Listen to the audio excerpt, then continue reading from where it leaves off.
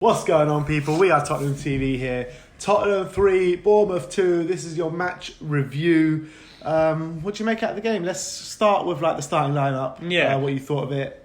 It's good he made a few changes. He acknowledged in midweek he said he didn't make enough changes and that he felt like he's acknowledged he made a mistake in doing that. And then it's clearly in this lineup he's brought in Vertonghen, he's brought in Ndombele, and he's brought in Sissoko. So he's changed up a bit, but kept the formation pretty similar and kept the core of the team pretty similar. And I was excited to see what was going to what was going to bring, especially with Ndombele next to Diao. We haven't seen too much of that with him tasked as the creative force. But obviously, as you pointed out before, Sissoko wasn't quite sure if Sissoko was going to suit him that role, but my God, did it suit him? It definitely suited him, and it definitely came borne out. But yeah, I think the lineup was good. We didn't start the game particularly well. Yeah, first 15 minutes, I thought Bournemouth could have actually scored a goal. They had about 2 or 3 chances on our goal when we didn't really have any. And you say that they did have shots. I wouldn't say chances. They had They had 2 shots. Gazaniga made 2 saves, and there was 2 shots from about 25 yards, both of them. Yeah, but a shot from 25 yards can fly in the top corner. You never know. Yeah, but it's not a chance. It's not like we're conceding. It's not. It is, no, because come on. If you force Gazaniga into a save, it's a chance. If you are shooting from 25, 30 yards, that's not a chance. Yeah, and there was also one when Davinson Sanchez had to make a last-ditch challenge as well. So we didn't even have a shot from 25 yards. So Son had a chance. That was after. But I think for the first 15 minutes, we were kind of penned back a bit in our half, and I thought Bournemouth had most of the play in that first 15 minutes.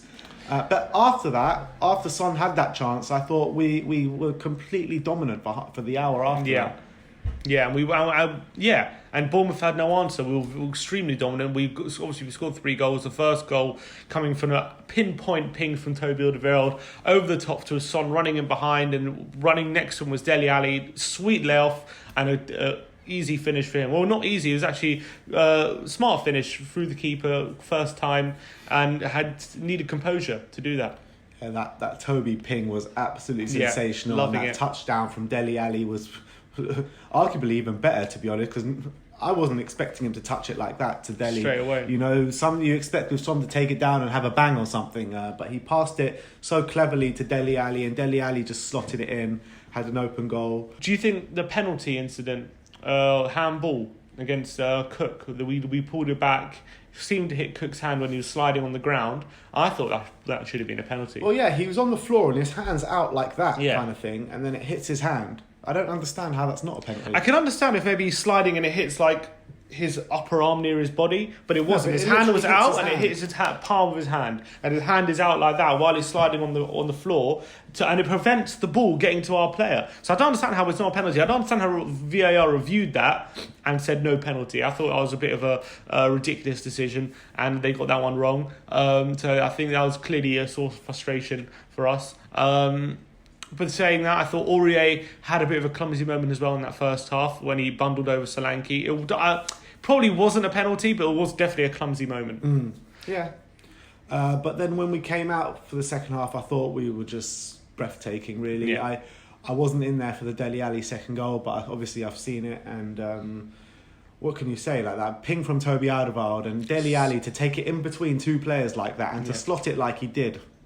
Just fire from Dele Alli, pure fire. To have that pinpoint accuracy, to get it in between 2 defenders like that from so far away, is beyond impressive by Toby. And we've seen him do it a number of times to do it to Dele Alli, but I think that might have been the best of the lot.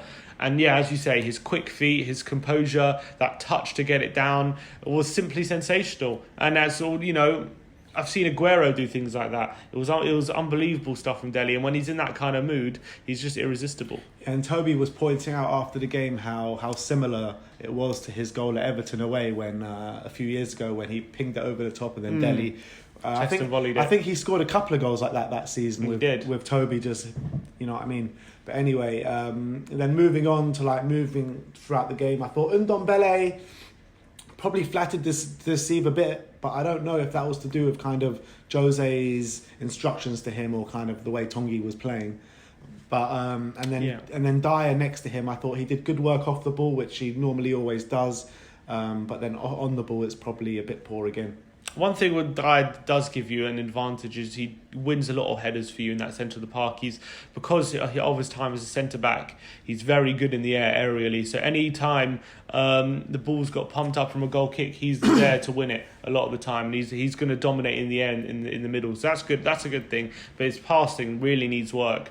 He seems to just pass it without even thinking or looking, and it's so sloppy and it's so frustrating sometimes, because sometimes you think just look up and pick out a pass, because we know when he does it, he can have a passing range, but yesterday was very frustrating. But yeah, Ndombele clearly was told to keep it a bit simple because he wasn't trying his usual things that he usually does. But he was doing some nice things with his passing, but it was not the Ndombele Flashes. Yeah, it wasn't the Ndombele that we know he has another level. But the third goal was absolutely, I thought, was the best goal of the game. It was actually one of the times we played it short. Yeah, but start from the back. Exactly. It started with Gazaniga, that goal, and all the way up to Sissoko. It was absolutely brilliant. And Vertonghen played a lovely ball into Son, who flicked it to Dele, who played it back to Son, running it behind. That flick from Dele was class, back to Son as well. Yeah. Also, he played a pass back to Son. There was a sort of flick from Son into Dele, then Dele passed it back into Son. Right. Yeah, and then Son ran in behind. I thought Dele made a nice flick. He did a number of nice things throughout the game. I don't know if it was in that move, but great cross by Son. Really on his left foot. We know he's 2-footed. That he has that ability to whip in that cross with either foot. And there was Sissoko hanging in the air like it was Glenn Hoddle, the volley at home. It was like a goat floating through the air. It was crazy. And then the scenes after that goal, the stadium was erupting for about 10 minutes after that, maybe even 15 minutes. All the players all came over to celebrate with Sissoko. It looked like Aurier was humping him from the back in that celebration. But it was absolutely amazing, the scenes when Sissoko scored. I just wish I could relive that. Hopefully, maybe it can spark a nice little scoring spree for Sissoko. He scored a few bangers in his time. We just haven't seen him for Spurs. But he's known for having a powerful shot. We know he has a powerful shot, just not a very accurate one. But he could have been more as well. So Aurier was running right down that right hand side going forward. He picked out Dele, who fired over, could have had his hat trick. And then we had a number of counter attacks, which could have easily made it 4 or 5. Quite frustratingly wasteful. Son had one where he was literally through on goal. He had a 3-on-1, and he decided to go alone. Took too long, and the defender got back and tackled him. Dele had a couple chances to seal the deal. Forced to save out Ramsdale, and then he passed it to Kane when it was a poor pass, and it went out of play for a goal kick. We just had a number of opportunities to kill off the game on the counter, and we didn't. And then obviously we let them back in with a free kick. Yeah. A class free kick from Harry Wilson, to be fair. Sensational free kick. Yeah, we know how good he is at free kicks. He's proved it this season time after time for Bournemouth, and last season in the Championship for Derby, how good he can be at these free kicks. I said to my grandpa, actually, just before I was telling that, this guy's deadly from this position. And he puts it away, right off the crossbar.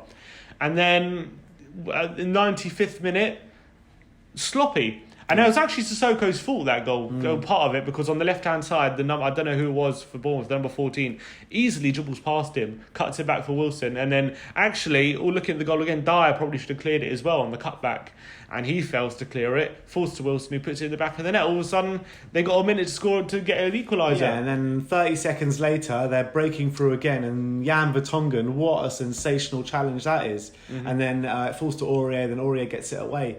But wow. If Jan doesn't make that challenge, 100% it's 3-3, and then we go home demoralised after dropping a 3-0 lead with like 20 minutes to go or something. It's ridiculous that it got to that. But a freaky stat is that we've conceded goals in the exact same minute in the West Ham game and the Bournemouth game, and we won 3-2 both those games. How mad is that? That is very bad. The exact same, I think it was 73 minute and 96th minute in both games. The predictable one. Yeah, the predictable one, the humble one, the kosher one, whatever you want to call him. But he is the one. What Mourinho said as well, which was spot on in my opinion, was that at 3-0 you felt that it was going to finish 4 or 5-0, but for it to finish 3-2, we need to sort out these problems ASAP. Yeah, it's ridiculous. I think it's a combination between our wastefulness and then our nerves at the back that's causing this. But I'm hoping he'll sort it out. I'm hoping it's just early day jitters. Once he gets into the squad, then things will turn around. Although, to be fair, the teams that we've played, West Ham and Bournemouth, haven't been in great form either before these games. So maybe these weren't the biggest tests, but we won the game. Both those games were more convincing. Our first test comes on Wednesday, really. Yeah. First proper test. But when you look at it, Jose couldn't have been luckier with the 3 teams that he's played. I think if he could have asked for any 3 teams, these were probably the 3 teams that he would have asked for. Champions League game at home against a team that's not renowned for being one of the best in Europe, obviously, and Olympiacos, and then West Ham, who, albeit they beat Chelsea yesterday at Stamford Bridge, but they've been on shocking form, probably one of the worst in the Premier League. And then Bournemouth, I think they haven't won in like 7 or something. Yeah, like they've that. won 1 in 8, I believe. Yeah, so yeah. He hasn't had the hardest of run in so far. However, the performances have been convincing. The performances have been more convincing than the score lines suggest they've been. Yeah. Although the worrying thing is, you look at the Olympiacos game, we were 2-0 down after 20 minutes, and we had to change it quickly. Otherwise, it could have been a lot worse. Yeah, against a better side, we could have been more than 2-0 down that day. So the game could have been over. The performances haven't been perfect, but they've definitely been encouraging. We just need to see out these games and be more clever at the end of the games to see these games out instead of letting the opposition back in time after time, because it's going to end up costing us if we keep doing this. But hopefully United on Tuesday, we're going to go there full of confidence on the run, 3 wins in a row. We go there rejuvenated, and I think we've got a very, very good chance of winning. I agree. Are Man U playing today? Playing Villa. They're playing Villa today, so let's see how they get on today. But I'm up for this trip for Manchester next week on Wednesday night under the lights at Old Trafford. It's going to be a good one, good atmosphere.